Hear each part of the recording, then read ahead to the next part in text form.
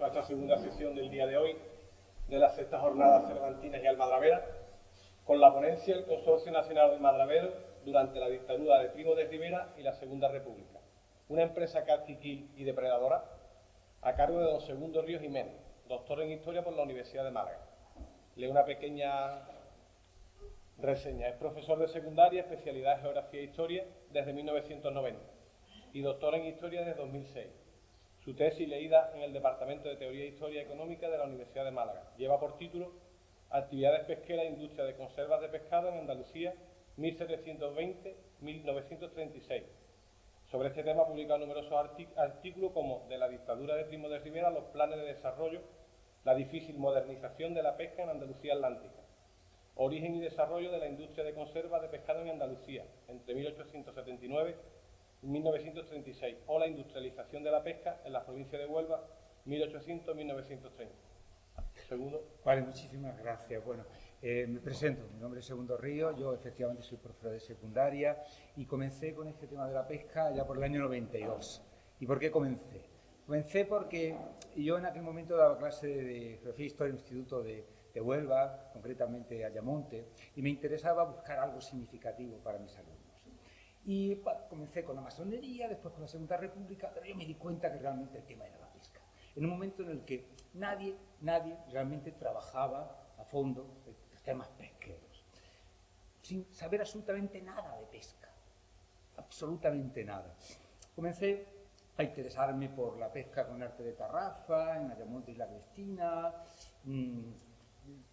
Traté de hacer una tesis doctoral sobre la pesca en la provincia de Huelva, pero me di cuenta que no podía dejar caer, porque realmente gran parte de las empresas pesqueras y de la actividad almadravera dependía de mis empresarios onubenses. De ahí que ampliara el radio de acción y al final, pues efectivamente, acabé haciendo una tesis de todo el arco suratlántico. Pero además me encontré con una empresa realmente interesante, que era el Consorcio Nacional Almadravero.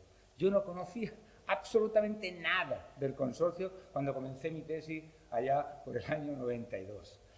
Y me di cuenta que era realmente un tema interesante y que tenía muchísimo potencial. Políticos y empresarios de gran relieve, una empresa realmente importante, voluminosa, con un capital importante, la segunda empresa agroalimentaria de toda Andalucía cuando se constituye, con un capital de 25 millones de pesetas, realmente importante. Y me di cuenta que había encontrado un tema que tenía que trabajar. Bien, ¿sobre qué os voy a hablar? A mí me da mucho miedo convertir esta ponencia en un conjunto de datos y en aburridos, la verdad. Toda mi vida académica he tratado de simplificar las cosas y sobre todo, tratar de que mis alumnos entiendan y comprendan lo que les estoy diciendo. Por eso voy fundamentalmente a tratar los temas humanos, voy a tratar los grandes problemas que plantea el consorcio y sobre todo me gustaría que con total facilidad, con total comodidad, si tenéis alguna pregunta, incluso en el transcurso de la exposición, pues me interrumpáis y hablamos. ¿De acuerdo? Entonces, bueno, yo tengo aquí un pequeño índice. Primero voy a presentar qué tipo de empresa es el Consorcio Nacional Almadravero. Después vamos a ver cuándo se crea, la dimensión y la importancia. Se trata de ver un poco de las características de la criatura.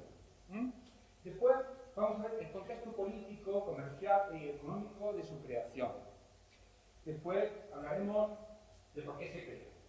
Ahora hay una polémica. Más que polémica, hay un desconocimiento, había un desconocimiento importante de las causas de su creación.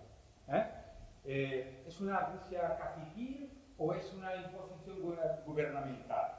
Esto lo trataremos de aclarar. Por último, vamos a intentar diseccionar el carácter de los empresarios del consorcio.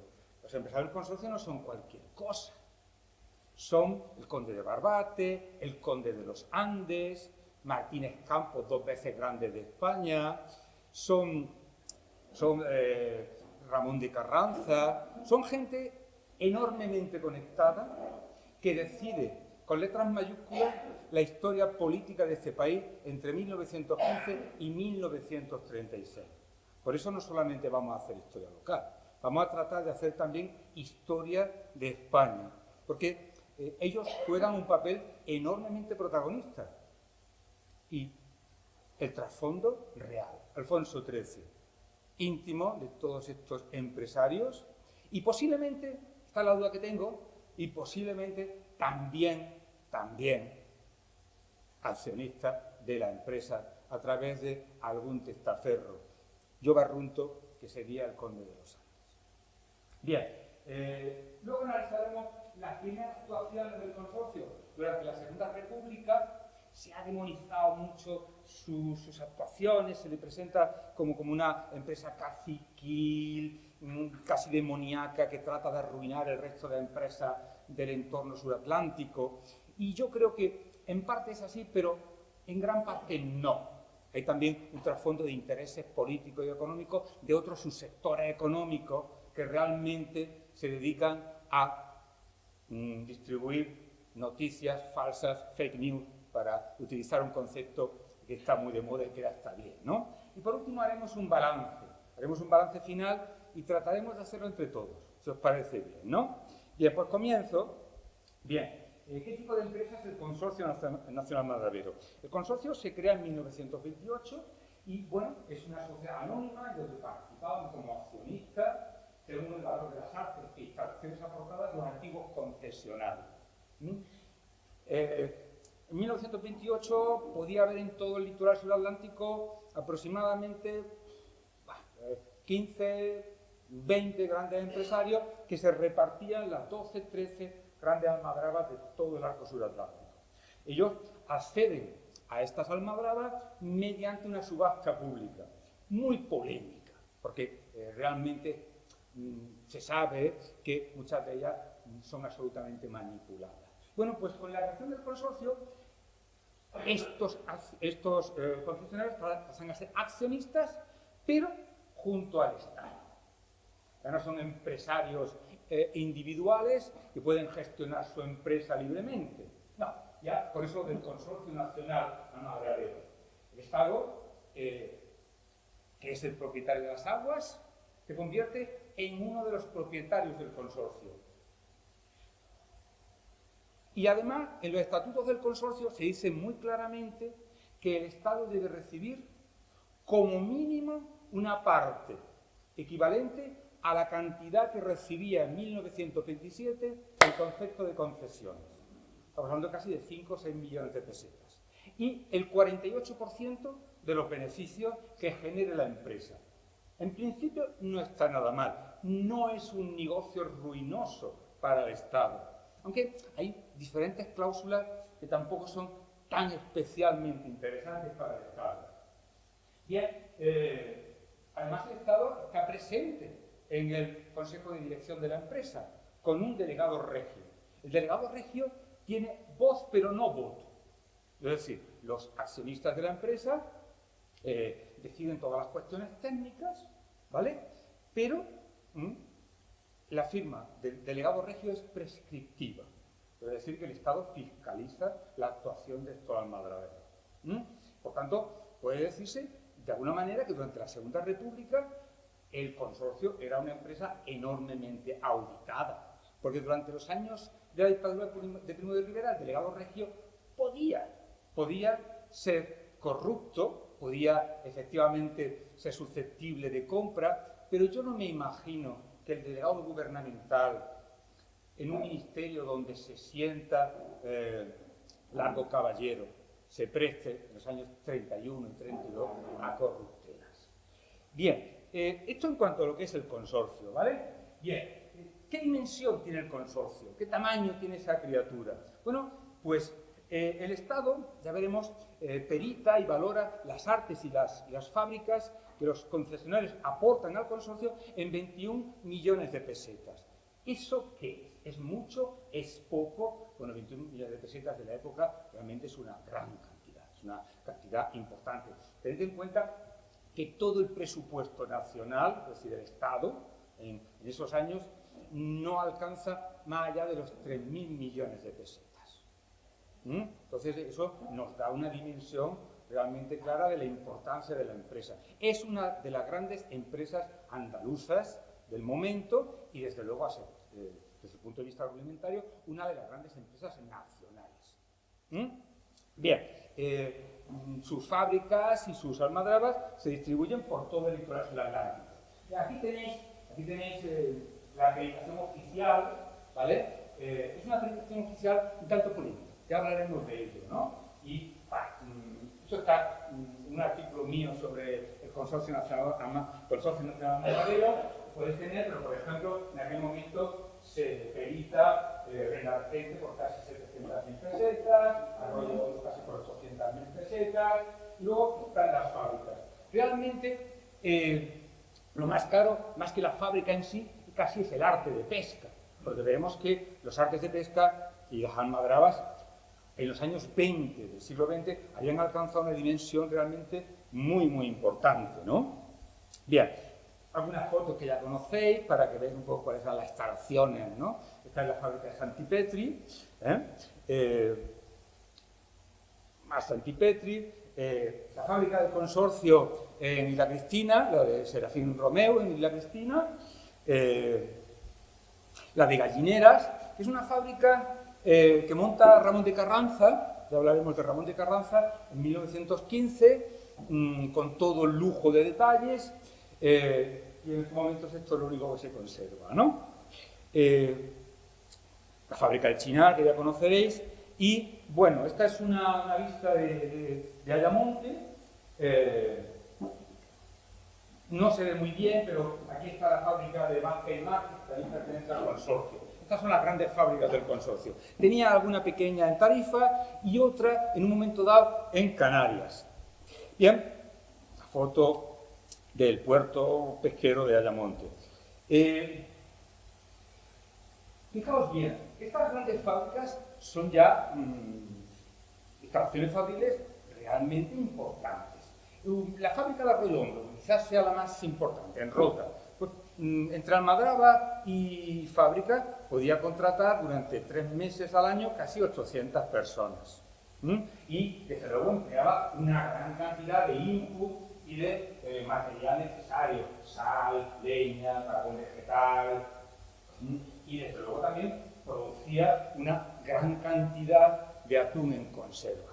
En el caso de Arroyo Hondo, normalmente 1.500.000 kilogramos, con un valor de 6-7 millones de pesetas, que, insisto, es una cantidad realmente relevante.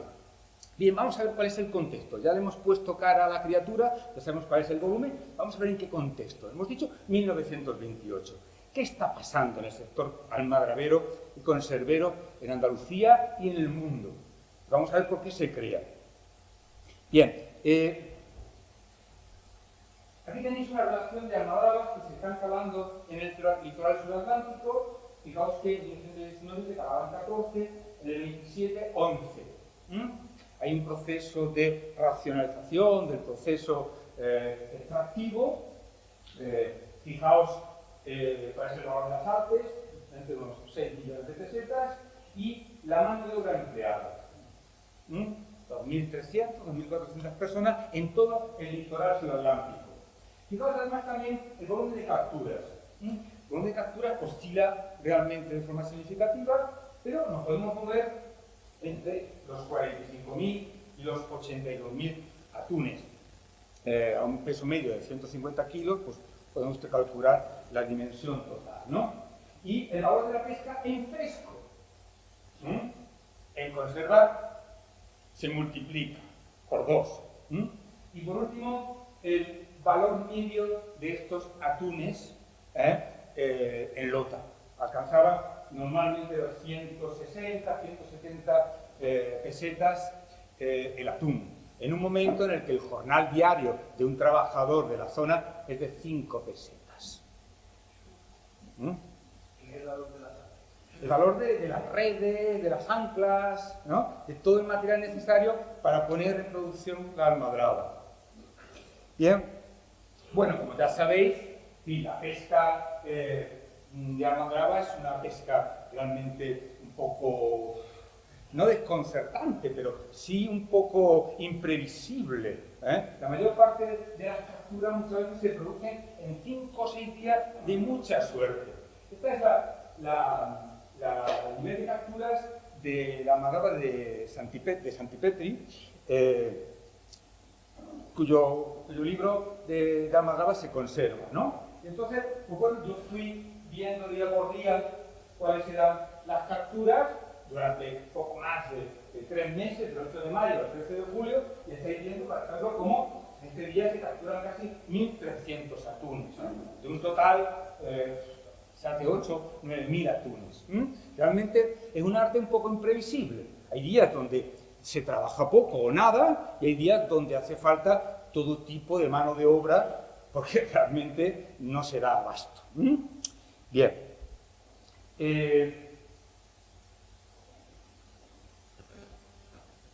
Esta yo creo que... esta ya la hemos visto, ¿verdad? Sí, esta la hemos visto, disculpad. Bien. Y aquí tenemos el volumen de capturas. No se ve muy bien, pero podemos ver, sí, los datos son, las cifras son un poquito pequeñas, pero podemos ver cómo en esos años las capturas oscilan entre los 4 o 5.000 atunes y entre los 17.000 atunes. Fijaos bien, por encima de los 3.000 atunes, la almadraba es rentable y se hace buen dinerito. Todas en esa época eran rentables. El negocio de la almadraba, el negocio pesquero, era enormemente rentable. Conseguir la concesión de una almadraba era imprescindible y para eso hacía falta tener buenos contactos con el Estado. Volveremos a eso, ¿vale?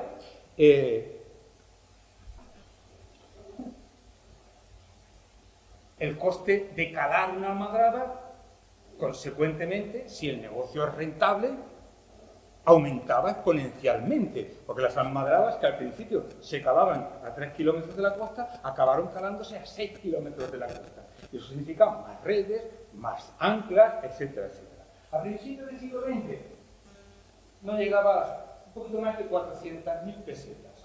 20 años después, calar una almadraba ya se iba a 1.600.000 pesetas. Es verdad que son pesetas constantes, hay un poco de inflación, pero las cifras van en la buena dirección. Nos muestran que realmente hay un incremento de los costes realmente importantes. Porque, fijaos bien, en ese negocio lo importante es obtener la materia prima. El atún es lo que decide realmente si el negocio es rentable. La mano de obra significa un coste relativamente muy pequeño del coste total, no alcanza el 15%. Bien, consecuentemente, el canon que el Estado cobraba aumentaba. ¿Por qué? Pues porque los grandes almadraberos se excitaban y se postulaban y, efectivamente, en las subastas anónimas, en teoría, en sobrecerrado, había un precio base y si tú querías la almadraba tenías que buscar por encima. ¿Vale?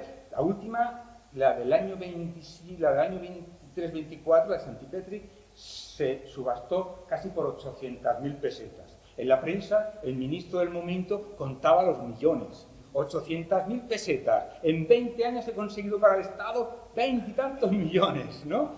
En fin, como podéis ver, la diferencia llega hasta el 24, pero en el 28, en el momento en el que se crea el consorcio, estamos hablando ya de casi 6 millones de pesetas. El momento realmente interesante, porque si a finales del siglo XIX el conjunto de las almadrabas suratlánticas representaban el 30% de las capturas de atún, Italia el otro 30% o 40% y Portugal el otro 20%, en los años 27-28 las almadrabas suratlánticas representan ya el 70% de las capturas de atún. ¿Pero por qué? Pues porque los rendimientos de la almadraba italiana se han caído por completo. Y tenéis la curva, de 80.000 pasamos a 15.000, ¿vale? Y algo parecido ocurre con las de Portugal. Luego, todo el atún que seamos capaces de capturar se va a vender. ¿Dónde? En Italia. Porque de la producción total, el 30% se comercializa en fresco a los mercados del Levante. En Andalucía se consume muy poco atún, ¿vale? En Valencia, Barcelona, Murcia, Alicante, y el 70% se transforma en atún, en conserva de atún para Italia. De hecho, las latas llevan el membrete italiano y van en italiano porque es su único mercado. Se venden en grandes latones de 5, 10, 15 y 20 kilos. Eso es un problema. ¿Por qué? Porque los italianos no son imbéciles. Son el único mercado, controlan el mercado y tratan de comprar a la baja.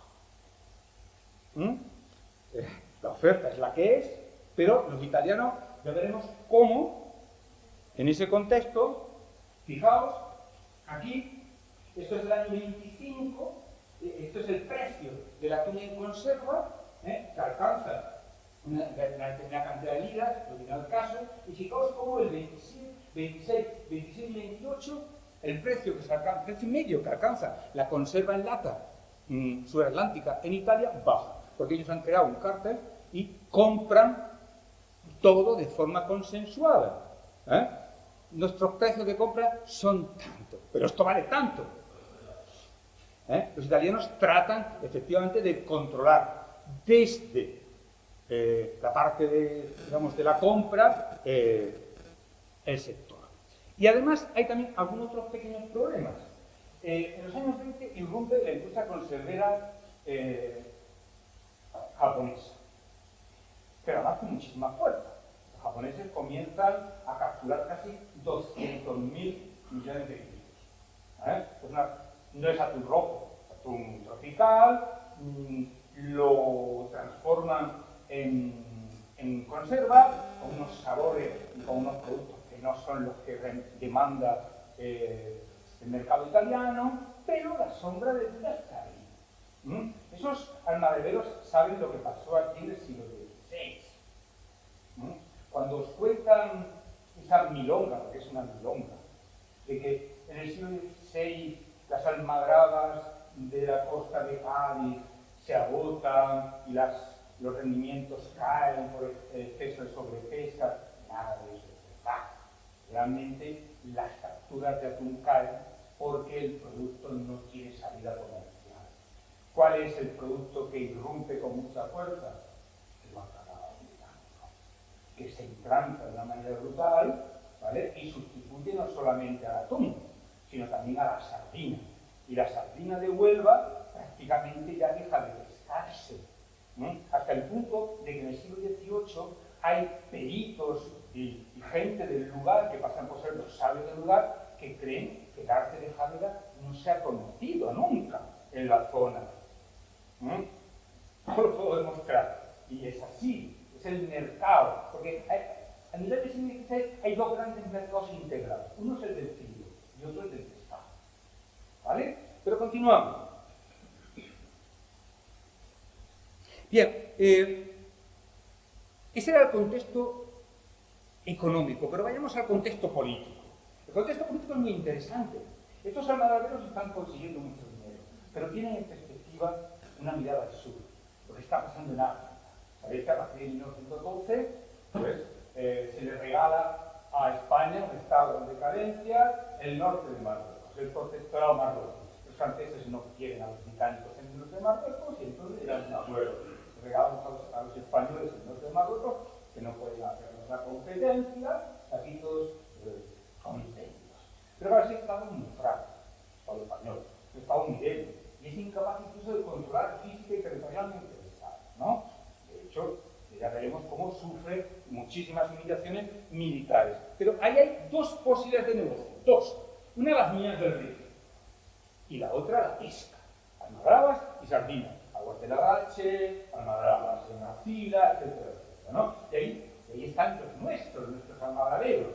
El conde de Barbate es el primero. Y, por supuesto, Romanones. ¿Quién es Romanones? Es el padre político del conde de Barbate.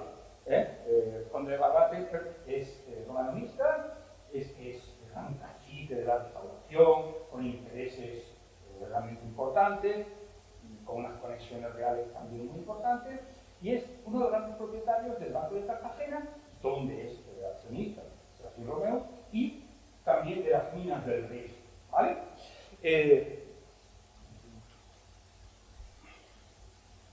fotos de minas de hierro del Rif, el embarcadero que se encuentra en Melilla, ¿vale? Y desde luego, allí hay negocio. Y Serafín Romero se da cuenta rápidamente. Claro, tenemos en el 25 cavando la almadraba de Zanta. Pero es que en el 27 ya está cavando la arcila. No me preguntes cómo. Es el único empresario almadravero que consigue calar durante ese momento almadrabas en la costa marroquí. Y su tío cala la almadraba de Ceuta.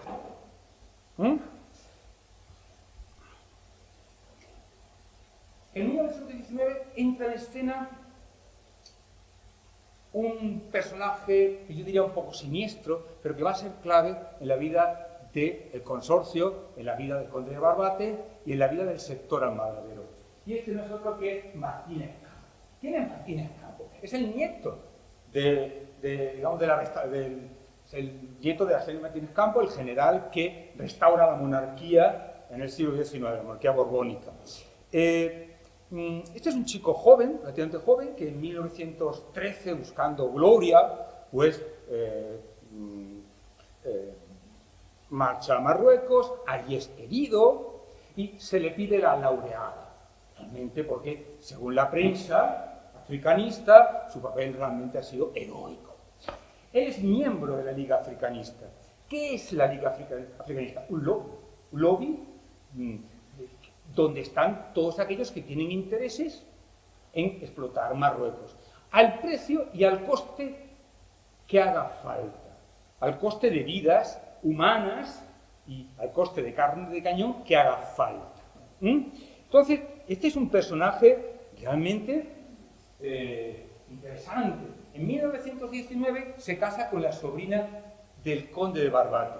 Yo pienso que en realidad quien se casa con él es el conde de Barbate. El conde de Barbate, yo creo, estoy convencido, no lo puedo demostrar, elige a este muchacho. Este muchacho tiene muchísimas ventajas.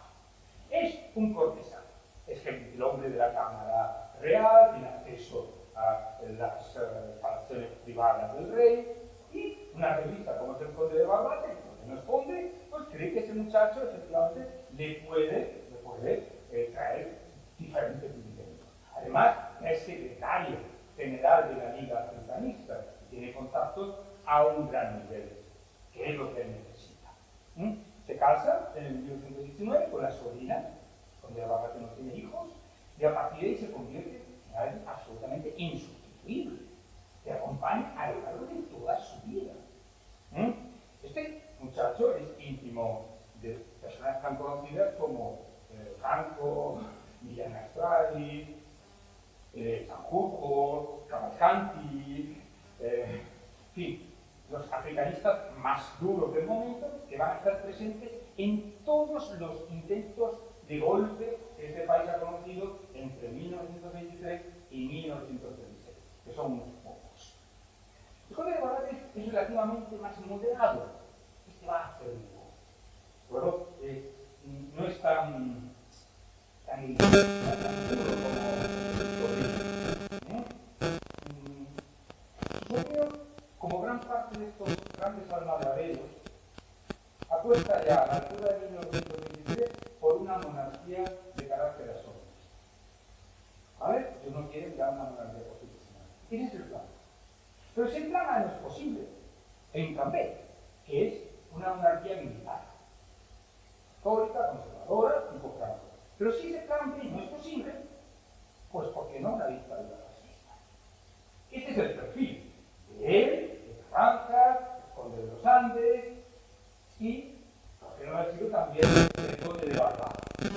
Bueno, se implica muchísimo en todo el tema de la guerra con Marruecos, escribe un libro en 1921 sobre el desastre de Anual, es diputado con los dineros del conde de Barbate en un distrito de Ciudad Real, donde no lo conoce absolutamente nadie, hereda el distrito del conde de Barbate, cuando el conde de Barbate decide venirse aquí a Cádiz y ser diputado, ¿no? En fin, es un personaje del que luego os hablaré, pero realmente es clave en la vida del consorcio, como ya veremos también.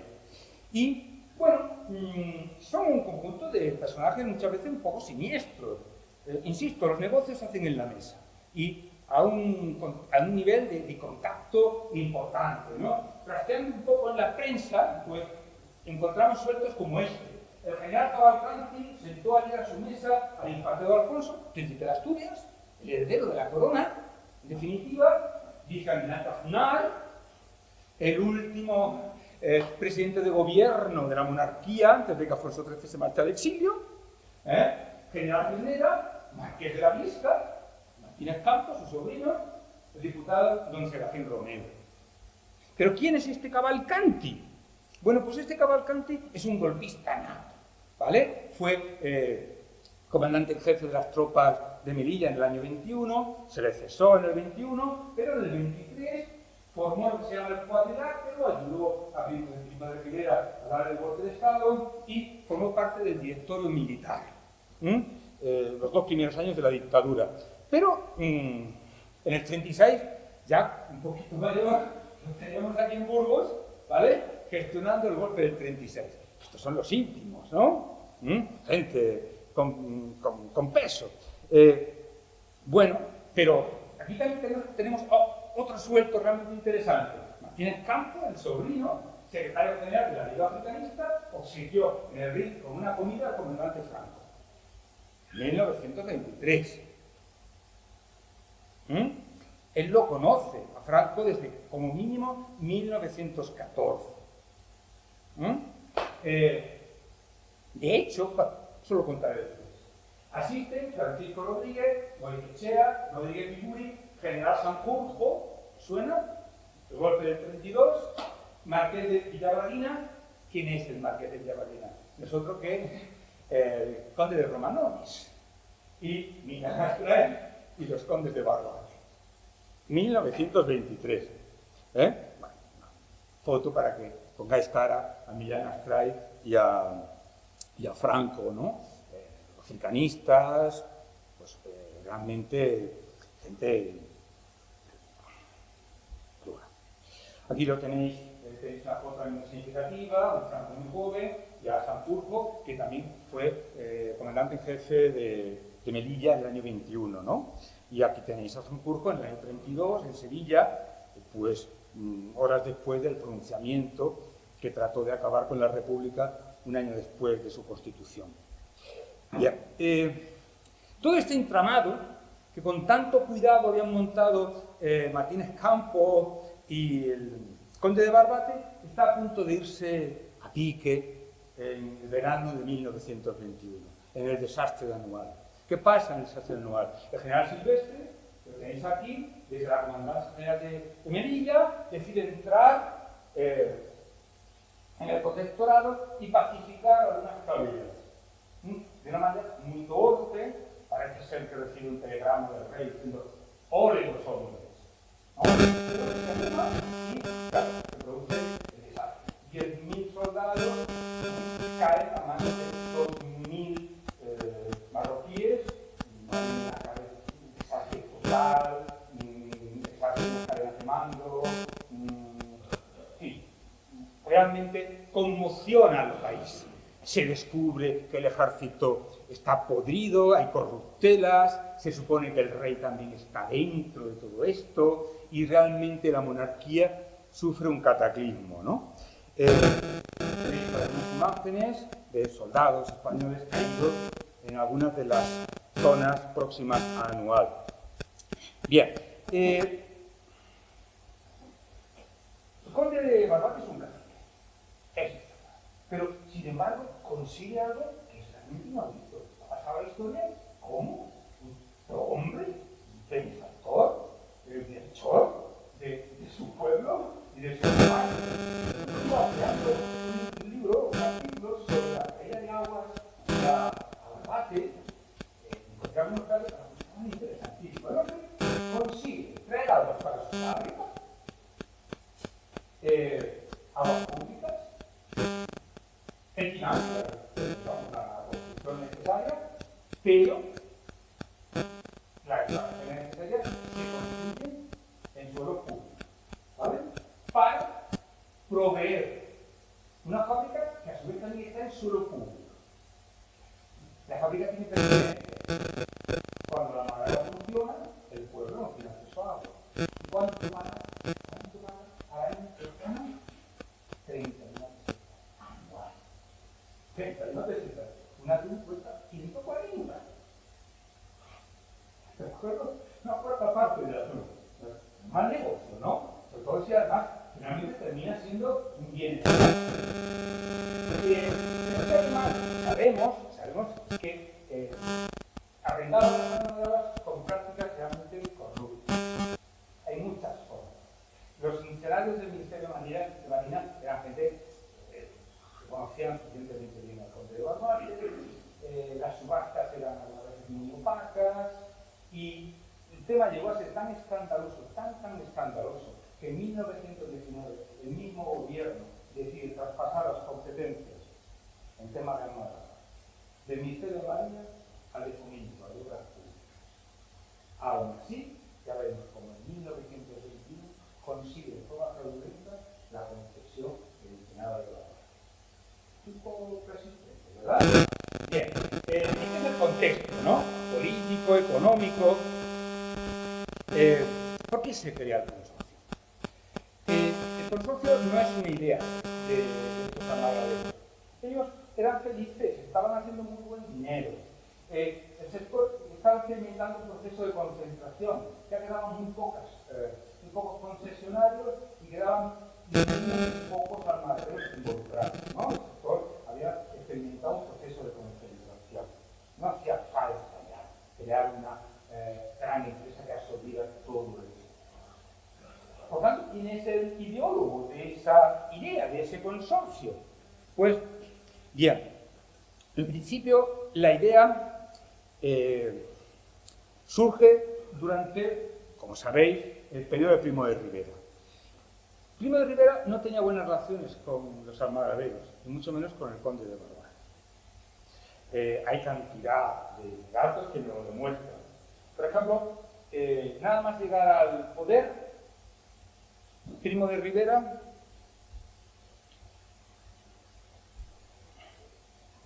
firma una orden, una ley, decreto ley, diciendo que la ensenada de Barbate se ha concedido al conde de Barbate de forma fraudulenta y solicita al fiscal general del Estado que demande al conde de Barbate y que averigüe si se ha ido en contra de los intereses del Estado. ¿Por qué Primo de Rivera y el conde de Barbate no tienen buenas relaciones? En primer lugar, porque parece ser que en 1921 el Primo de Rivera quiere presentarse como diputado liberal por la circunscripción de Cádiz y Serafín Romero dice, no te aceptamos. ¿Pero por qué no lo aceptan? Volvemos a África. Primo de Rivera no es un africanista, es justo lo contrario. Ya en los años 20 está diciendo cosas tan curiosas como estas. Si no sabemos desatar a tiempo y con ventaja los lazos de dolor que a África nos unen, pueden ellos irnos atacando hasta reducirnos a oro. Vamos a la ruina en África. Esto para Serafín Romero era veneno, era pura toxicidad. Este tipo era peligroso. Pero aún así, la idea del consorcio no fue suya. Fue idea de este buen hombre, o hombre bueno. Eso es un sabio. Uno de los pocos sabios, un biólogo realmente excepcional, que este país ha dado, es el fundador del Instituto Oceanográfico, y lo que es la vida. Fue, a finales del siglo XIX, profesor particular de Primo de Rivera. En sus memorias habla también de ese muchacho, de Primo de Rivera, y además nos da detalles de hasta qué punto el cariño era mutuo. Parece ser que el primer día de gobierno de Primo de Rivera, él solo, se dedica a la casa de los buenos y acaba con un ¿no? Y pues, Primo de Rivera, que parece que era amigo de sus amigos, pues lo nombra director general de Fiestas, dependiendo de Fomento, no de Marina. Este es un republicano, es un catedrático liberal. De hecho, durante la Guerra Civil lo capturan en Palma de Mallorca y bueno, al final acaban aceptando un trueque, curiosamente, los nacionales y los republicanos, por donde bueno, estaban más nacionales, y lo intercambian con las hermanas de Primo de Rivera, que es la vida, ¿vale? Pues este es un republicano, es un tipo honrado, es un tipo incorruptible, ya lo veremos, y es el que diseña, idea también el Consorcio Nacional Madrevero, pero un consorcio que no tiene nada que ver con el consorcio que finalmente se lleva a cabo, ¿vale? Y el otro es Rafael Benjumea, el conde de Guadalhorce, que es un político nuevo. Este no es un político habitual a las corruptelas, es un tecnócrata, es el que construyó el embalse de Guadalhorce en Málaga, y es un tipo trabajador, eficaz, y parece ser que no corruptible, ¿no? Bien, ¿y en qué consiste ese proyecto inicial de Donde Bueno? Pues para mí era un proyecto integrador y muy interesante, pero desde luego a estos caciques no les podía interesar. ¿Qué es lo que plantea? Vamos a leerlo porque yo creo que cada palabra tiene significado, tiene sentido, ¿no? Quise agrupar las diversas industrias pesqueras poniendo todo el orden y disciplina posibles para hacer más fácil la racionalización y le propuse establecer consorcios diversos con bases que beneficiaran a los trabajadores del mar. Quería crear un consorcio con participación también de la clase obrera. Eso era tóxico para estos grandes almadraberos que querían dirigir sus negocios con total libertad. No solo a los capitales empleados, y que fundamentaran la explotación de los conocimientos y las investigaciones científicas, y comencé por planear las condiciones de un consorcio nacional almadrabero. Pero es que la continuación es todavía más interesante. Las almadrabas constituían una gran fuente de trabajo y proporcionaban sendas ganancias a los concesionarios que habían hecho sólidas y grandes ganancias. Aunque el Estado se beneficiaba bastante, sometido a las concesiones a subastas periódicas, muy legales en apariencia, era el caso que se sucedían las mismas personas o entidades años y años, creándose verdaderas dinastías que en realidad monopolizaban el pingüe beneficio. Bueno, me imagino, hubo una reunión cuando ya Odón de Buen tenía preparado el decreto, casi a punto de publicarse en la Gaceta. Los almadraberos acaban plantándose diciendo: en absoluto vamos a aceptar esto, tenemos mecanismos para boicotear esto. Primo de Rivera ya no está tan fuerte, estamos en el 28, está a punto de caer, no estamos en el 24, en el 25, aparentemente está fuerte, pero no. Primo de Rivera se indigna en la reunión, llegan a corruptos a los almadraberos, pero aún así el proyecto para atrás. Al final surge un consorcio, pero no el consorcio que había ideado Odón de Buen. Las frases finales de Odón de Buen son realmente muy expresivas, ¿no? Y qué huercos procedimientos se habían puesto en práctica conmigo. No podían prosperar, no variaban ni rumbo, ni las promesas, ni las dádivas, ni las amenazas. Fue vencido, se falseó el decreto primitivo. Se hizo la tasación de las almadrabas triplicando su valor, ¿cierto? Se suprimió la intervención y participación de los trabajadores.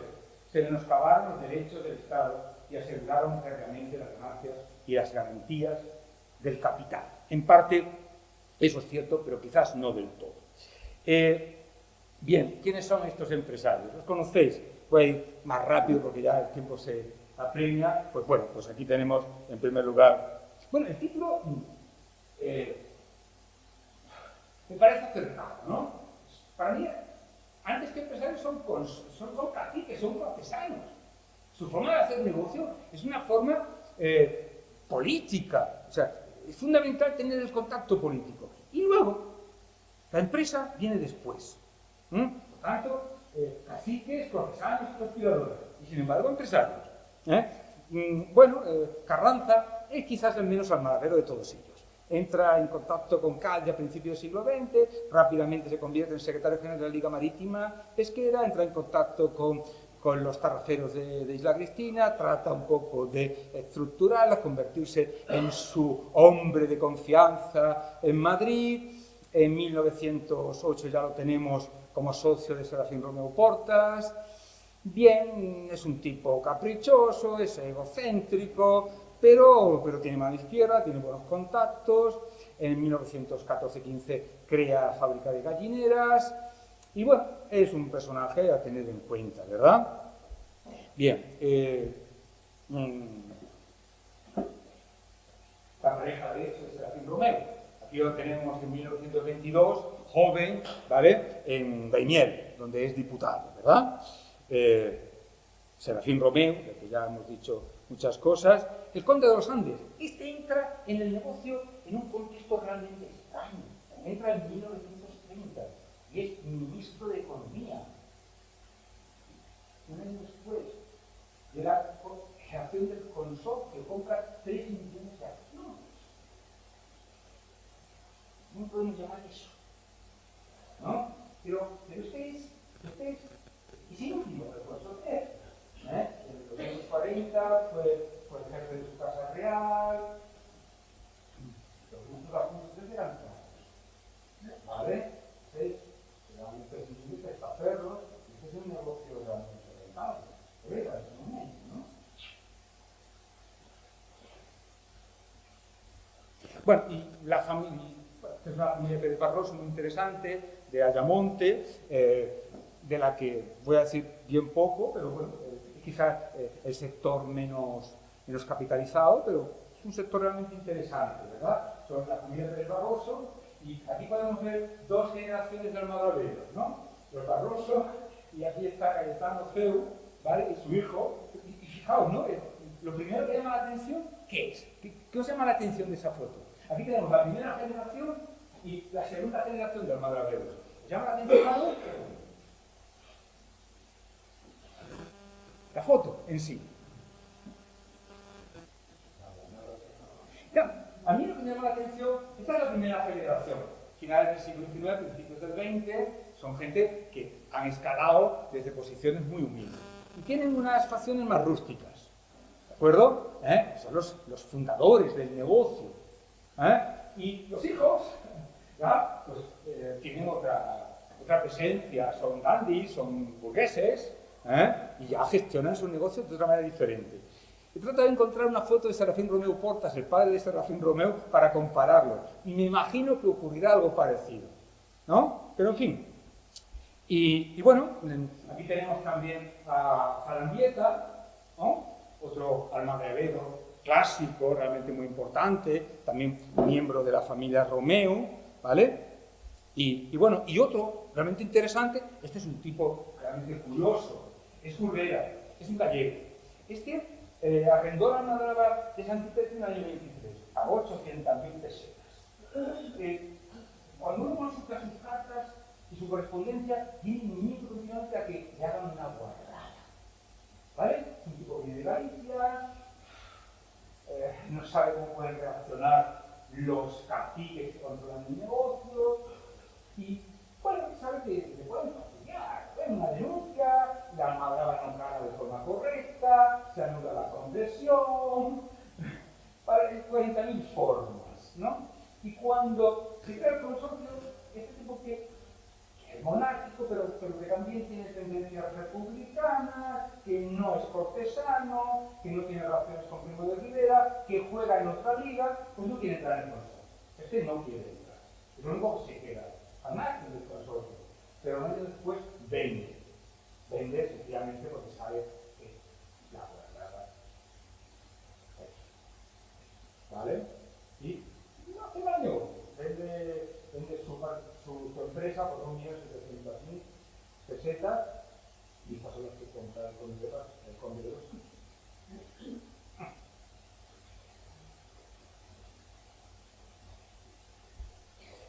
Andes. Las primeras y polémicas actuaciones. Sufrió el consorcio una campaña de demonización. Fijaos bien,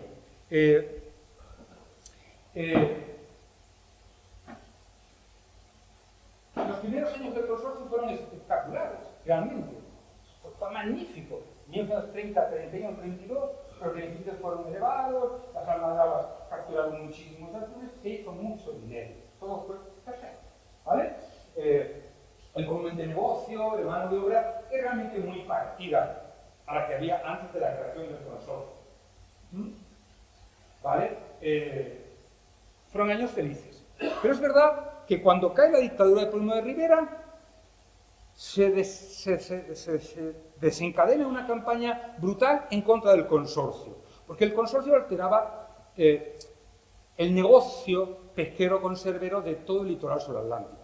Es una gran empresa que monopoliza el atún, sobre todo para el sector onubense es realmente traumático, porque ellos complementan la conserva de sardina con la conserva de atún. En el momento de desaparecer el atún, sus explotaciones son menos viables.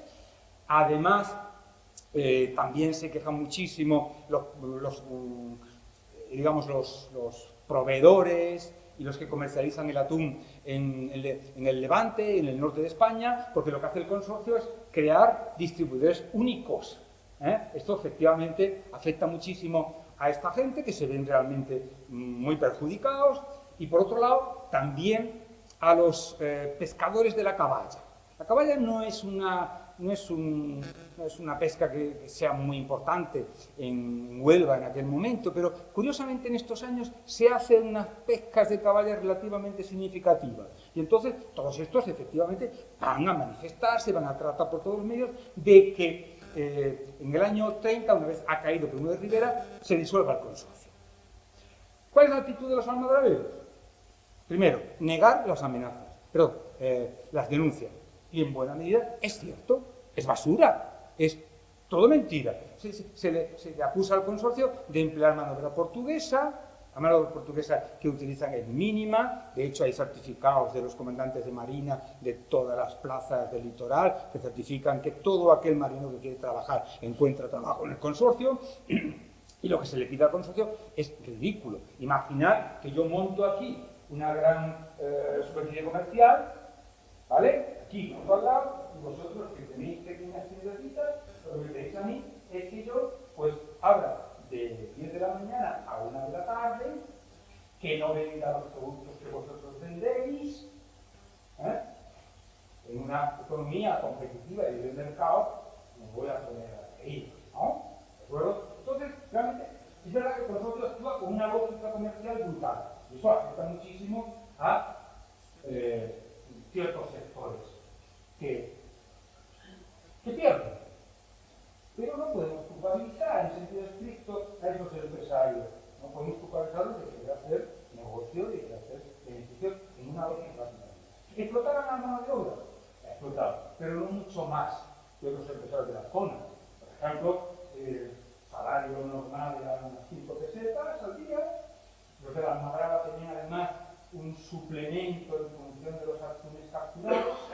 Estamos hablando en algunos casos de 25 pesetas por cada 1000 atunes capturados, un sueldo extra, un kilo de pan, pero además los consorcios hicieron un cierto esfuerzo, ¿no? Ingresó casi $500,000 de pesetas en mejorar algunos reales de algunas almadrabas, y es verdad que es una empresa muy auditada, porque el Estado está presente. Insisto, si en los años 30 podría ser un tanto opaca, el delegado jefe podría ser corrupto, no en la años 30. El resultado es que el consorcio no cae. Se crearon 3 consorcios: el resinero, el arrocero y el almadrabero. Cayeron los 2, el resinero y el arrocero. Pero no el almadrabero. ¿Por qué? Porque era dinero y porque en los estatutos del consorcio se decía bien claro que si el Estado quería rescindir el contrato, tenía que pagar el valor de los costes y el valor de tasación, una tasación muy generosa, y un 10% del regalo. El valor de las acciones. Y las acciones se habían multiplicado. Ese Estado, casi en quiebra, no tenía dinero para rescindir un consorcio que estaba funcionando. ¿De acuerdo? Y el consorcio continuó. El consorcio continuó, pero a partir del 33 las cosas no marchan bien. Las capturas caen, ¿vale? Como ocurrió en Italia, y fijaos cómo hay pérdidas. Se dejan de calar almadrabas. Las gentes del lugar venden estos cierres como una maniobra cacique del consorcio, pero no. Digamos, el fin de la actividad de esas almadrabas responde a una lógica puramente empresarial, no política. Aunque es verdad que esta gente está en contra de la República, eso es evidente, ya lo hemos visto, ¿no? Bueno, aquí tenéis, ¿vale? La relación de capturas, 70.000 en el 29, 100.000 en el 30, cuando existe esa polémica de consorcio o no, en el 31, 86.000, en el 32, 53.000, en el 33, 48.000, en el 34, 36.000, en el 35, 24.000 atunes, ¿vale? Y en el 36, 45.000. Son cifras que realmente no son las que ellos esperaban. Bueno, en fin, aquí os he puesto algunas imágenes, porque quería hablaros también de cómo afecta el consorcio a la zona de Huelva, pero bueno, no lo voy a hacer. En definitiva, a modo de conclusión, yo tengo 3 grandes conclusiones. ¿Vosotros qué conclusiones tenéis?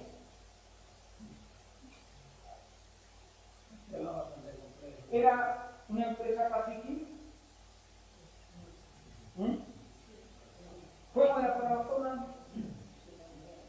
Mira, yo tengo 2 o 3 conclusiones. En primer lugar, el consorcio durante la Segunda República funcionó con una lógica empresarial, no precisamente republicano, aunque sus empresarios eran enormemente, realmente, demócratas, republicanos, caciques.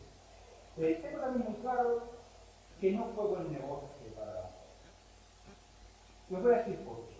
Mirad bien, la mayor parte de estos empresarios que eran Jorge Barrate, Martínez Campos, eran en realidad, más que almadraderos, eran financieros, eran banqueros.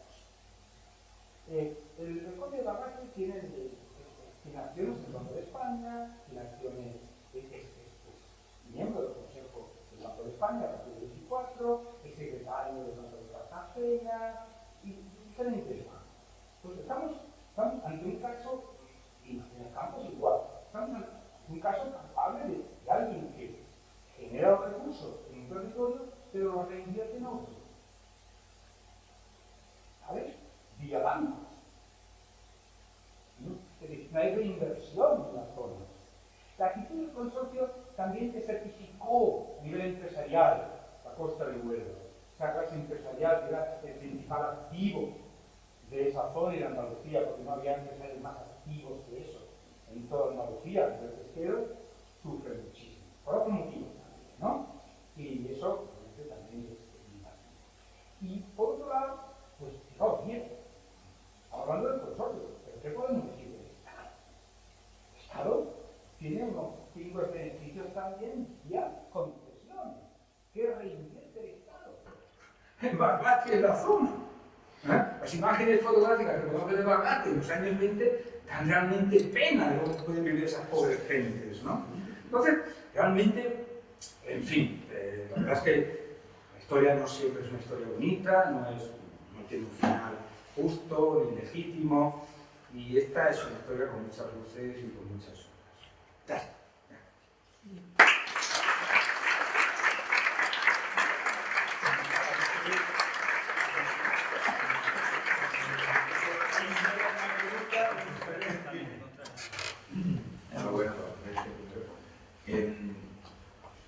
¿Puede ser que este entramado alguna de las consecuencias, una consecuencia, cuál es la causa de la muerte del conde de Barbate? Bien, vamos a ver, esa es la gran pregunta. A mí, vamos, yo no lo puedo certificar al 100%, pero me queda absolutamente claro que yo cuando estuve en Génova en el año 37, pues efectivamente está gestionando cosas en interés de la Unión Nacional. Eso es evidente, ¿no? Por el historial, por el perfil, porque su sobrino está ya, se ha incorporado también al ejército. En 3 años, ese comandante que tú puedes ver pasa a general, ¿vale? Y a comandante en jefe en el año 50 y pico, está haciendo méritos para la causa. Eso es evidente. Hace un señor de casi 60 años en Génova en el año 37. ¿Pero por qué? ¿Por qué tiene que ser él? Él tiene inversiones en Génova. Lleva muchos años ahí, y también en Carranza. Y claro, esos barcos que hay que comprar, pues no se pueden comprar con pesetas de maguanas o pesetas nacionales. Hay que comprarlas con capital internacional, ¿no? Y efectivamente es el fin, eso está claro, eso es evidente, no hay que buscar mucho más, ¿no? El que lo mataran ya puede ser realmente pues rizar el rizo, ¿no? pero está claro que lo que estaba haciendo es evidente. Luego la muerte, si es natural, no es natural. Pero era un hombre, efectivamente, que se sabía cuál era su tendencia, cuál era su orientación, y se sabía un poco todo lo que estaban haciendo, ¿no? Normal de ese bombardeo también, ¿no? La chanca, y la gente tuvo un papel muy activo, muy importante, mucho. Desde luego, está claro. Bueno, enhorabuena por la conferencia, ha sido un placer escucharte. Y me alegro de haber venido, porque la primera vez me he conocido, personalmente. En fin, a través de los artículos que he escrito y demás, en fin, me encanta todo el trabajo que hace, que he sido de tiempo. Bueno, está claro, me queda muy claro que la cosa es bastante compleja y hay cositas aquí que son complicadas de, digamos, de demostrar con pruebas sobre el papel. O sea, hay cosas que suponemos que son meras hipótesis. Y otras cosas que se dice por un problema firme. Yo me queda la duda, yo sostengo que el conde de Balater luego no estaba conforme con la constitución del consorcio. Efectivamente, había ahí una animadversión con Primo de Rivera, que venía de atrás. Y Primo de Rivera podía haber gestionado esto cuando llegó al poder. Entonces a mí, más que irse al año 28, entonces a mí me queda la duda de que si no lo hizo al principio, porque claro, el conde de Balater es una persona muy allegada a Alfonso XIII, ¿no?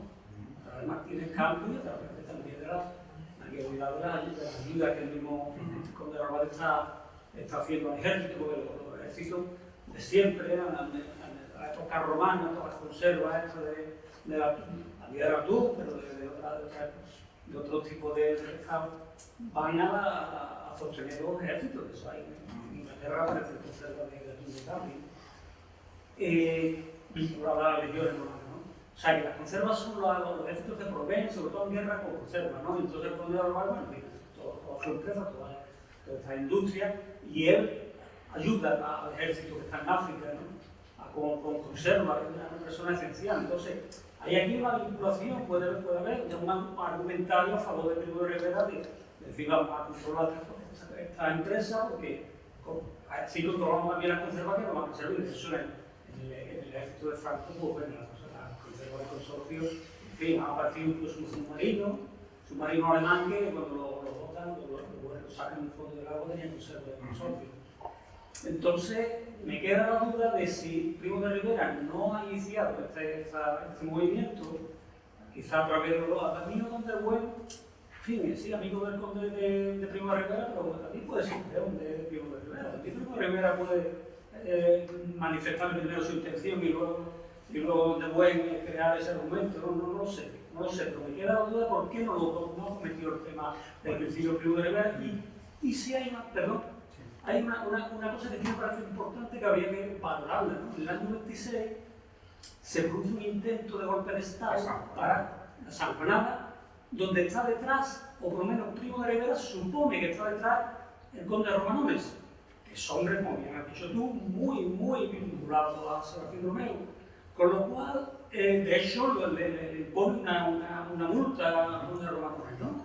Probablemente lo hizo más porque no tenía prueba, porque esas cosas, claro, eran complicadas de demostrar. Pero es curioso, como en el 26 se produce ese intento, supuestamente con Romanones detrás, y luego aparece el tema, se pone el Primo de Rivera sobre la mesa el tema del consorcio. Bien, vamos a ver dos cosas. Mira, Primo de Rivera no tiene, cuando llega al poder, absolutamente ninguna idea de lo que es el sector almadrabero ni el negocio pesquero, ni tiene la más mínima idea de cómo liderar una actividad tan importante. Eso escapa a su corta a muchas veces. Eso es evidente, ¿no? Donde entendía muchas cosas, pero desde luego para nada del sector almadrabero. Odón viene trabajando en este tema ya casi desde el año 19, desde 1918. Está haciendo estadísticas importantes, está analizando el mercado y desde luego es evidente que es una idea de él. El sector acoge su nombramiento con gran entusiasmo, esperan que este hombre pues, tenga ideas sugerentes, aportaciones realmente interesantes. Esto no es un político, no sabe no sabe bucear en esas aguas tan procerosas, ¿no? Entonces, en realidad, el Primo de Rivera lo único que hace es apoyar una idea de alguien con el que tiene un contacto íntimo, personal, ¿de acuerdo? Y efectivamente también está ese mar de fondo, que es esa relación no buena entre muchos de estos almohaderos. Se pueden tener otros muchos detalles. Por ejemplo, el conde de Barbate es nombrado en el año 19 presidente de la Asociación de Armadores Libres de Pesca. En el año 26 creo, hay un congreso nacional importantísimo en San Sebastián, donde asiste el rey, pero no está el conde de Barbate. Quien está es su mano derecha en esta asociación, que es Tejero, y es el que habla, pero el conde de Barbate está desaparecido en combate. Fíjate que es 2 años después de la sanjuanada. Tejero, un empresario del sector conservero y pesquero de Huelva, un abogado también muy interesante, también muy buen amigo de Alfonso XIII. Sí, lo conserva. Es una marca que Efectivamente. Entonces, en realidad, Primo de Rivera es apoyar una idea, y al final tiene que dar marcha atrás. ¿Por qué? Pues porque esta gente tiene muchísimos apoyos en quien finalmente decide. En un momento en el que Primo de Rivera ya es frágil, ya está a punto de presentar la división, ya se habla de que la experiencia dictatorial es un puro fracaso, y efectivamente no está en condiciones de meterle más leña a la oposición, ¿vale? Finalmente se llega a un acuerdo. Pues vamos a meter unos cuantos millones en el bolsillo, pues vamos a hacer una peritación muy generosa, pero vamos a meter al Estado en el Consejo de Dirección. ¿Vale? ¿Por qué? Pues porque no voy a permitir que al final la victoria sea total. Esto es lo que yo creo que fue realmente factible. Además, la figura del conde de Guadalhorce va por esos derroteros. Es un hombre que tiene capacidad de negociación, por supuesto tiene mucha más capacidad política que el conde Güell, es un hombre que realmente es poca cosa a nivel político. De hecho, el conde de Guadalhorce cuenta con todo el apoyo de Primo de Rivera, hasta el punto de que cuando dimite en enero del 30, es nombrado presidente de la Unión Monárquica Nacional, que es el partido que se constituye para seguir un poco con los planteamientos políticos de Primo de Rivera. Pero que finalmente la idea final tuvo que ser el conde de Guadalhorce, que llega ahí a un punto, a una transacción, a un enjuague, apartamos a los marineros, que nadie los quiere, porque le vamos a abrir las puertas al lobo, ¿no? Y bueno, vamos a hacer negocio como siempre hemos hecho, entre nosotros. Podemos entender. Business es business, negocio es negocio, ¿vale? Y al final, vamos a llegar a un acuerdo y efectivamente. Y yo estoy convencido de que la figura del rey tuvo que estar ahí detrás, tutelando, preguntando, apoyando, recomendando, aconsejando. Y el hecho de que el conde de los Andes entre en el escenario del año 30. Eso fue Alfonso XIII. Iba a hacer preguntas precisamente si nos pudiera más datos de esas sospechas de testaferro del conde de los Andes. Sí.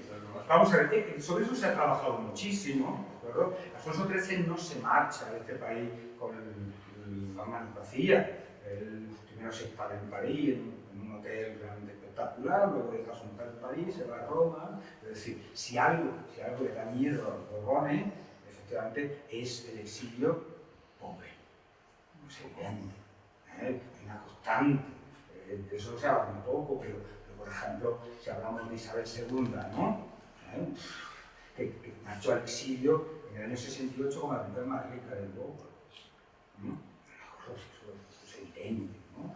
Y no vamos a hablar ahora del presente, porque quizá pues, todo eso nos lleve a planteamientos políticos que no van al caso, ¿no? Pero bueno, cuando leemos la prensa del extranjero, que tienen menos prejuicios, pues todo el mundo habla del capital, del mérito, ¿no? Eso es evidente, pero yo, ¿no? Pero es verdad que todavía no ha habido historiadores que hayan podido, es muy difícil, eso no deja tanto rastro, pero un hombre como el conde de los Andes y su hijo,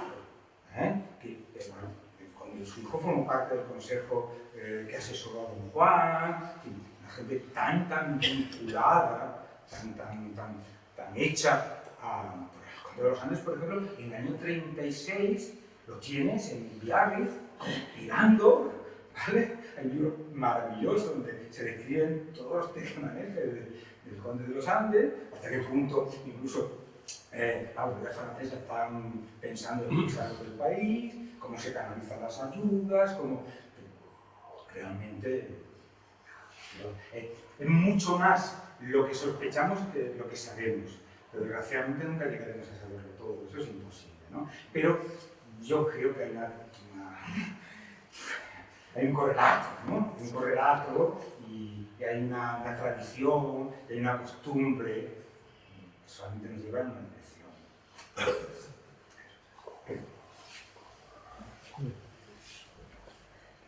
Una cosita que quería llevar el tema de por qué el Conde de Barbate queda una figura, benefactor, ¿verdad? Claro, seguramente la gente en Barbate, pues claro, comparó también esto, ¿no? Porque con el consorcio no le fue tan bien. Con el consorcio no le fue tan bien, porque claro, ya están 72 en ¿no? Entonces, de hecho, hay una publicación en 1949 que evita el Ayuntamiento de Barbate, donde deja caer una nota negativa contra el consorcio, que si era una vaca sagrada en la época de la República, podemos imaginar en la época de Franco, donde las contestaciones eran castigadas. Entonces, ataca al consorcio diciendo que no han sido para dejarle construir el ayuntamiento, construir el edificio, y no le adelantan el impuesto que tiene que pagar municipales, ¿no? Entonces, en un consejo, una vez que viene Franco a Barbate, está la Policía Moral de Barbate de que el alcalde de Barbate, Agustín Varo, critica al consorcio delante de la gente del consorcio. Y Franco, que hizo un consejo del ministro de Barbate, que lo hizo precisamente en la misma instalación del consorcio. Entonces, el consorcio queda con una nota negativa ahí dentro del pueblo y la gente compara con la época de Serafín, era un pueblo mucho más joven, donde no tenía su Estamos hablando de Serafín Romeo, Fages. Sí, pero la gente compara con la época de Sí, pero la época antes del año 23, porque a partir del año 23 poco hace Serafín Romeo Fages. En el momento que entra Primo de Rivera, poco, el último expósito pecado que se hace ya en el año 30. Aparece otra vez, o sea, Serafín, el Conde de Barbate desaparece de Barbate entre el año 23 y 30, precisamente coincidiendo con la dictadura. Entonces, poco antes había inaugurado el colegio, el primer colegio que se construye en Barbate, que precisamente había estado Sanjurjo, Niceto Alcalá Zamora y el Marqués de la Vieca. El Marqués de la Vieca trae en avión a Sanjurjo desde Celta, o sea que ahí redunda lo que estamos diciendo. Y antes, por supuesto, el tema de la traída de agua, el dinero, el tema de la fuente Fulgas, el imperio de Barbate lo construye, el colegio de Sala que también lo construye, o sea, en un sitio donde no hay absolutamente, no hay nada, claro, es normal que la gente piense que es un benefactor. Sí, pero cuando lo analizamos en perspectiva, ¿no? Evidente. Y luego, para tener, deciros que el atún antes y ahora era una delicatez. ¿De acuerdo? La clase marinera tan solo podía acceder a donde pobres. De hecho, los capitanes de la Armada tenían órdenes estrictas, absolutamente estrictas, de castigar con la expulsión, la rescisión del contrato, si algún marino osaba robar un trozo de atún. ¿Vale? Pero hay que reconocer que sería más importante y que en los años, a principios del siglo, por ejemplo, yo me he encontrado una carta muy interesante mostrando más que el archivo de la vecina, ¿no? Que de un volumen de 20 millones de kilos de sardinas se calcula que 2 millones de kilos de sardinas se derivaban por conductos marineros, ¿no? Que tomaban ese pescado, no lo enviaban a nota al muelle y lo vendían por otros conductos, ¿no? Con el atún ocurre exactamente lo mismo, ¿no? Y claro, el atún es muy caro, eso es una delicadeza. Los soldados no creo que consumieran mucho atún en conserva, eso es muy caro. o consumirían otro, la sardina, el atún, todo eso. Es una pregunta, no para que se explique usted, pero ¿tiene algún artículo o investigación sobre la armadura de Nueva Hungría?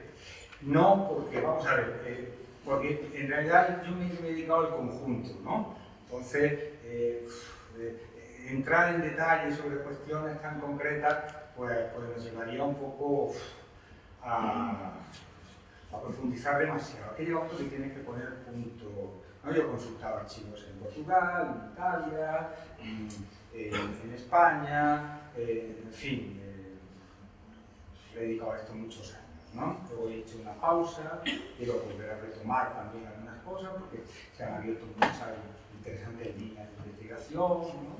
¿Vale? Y bueno, pero ese tema tan concreto, pues yo creo que se tiene que hacer desde un punto de vista más local. Hay un libro que se llama La Armadura. Exactamente. Sí, lo hay.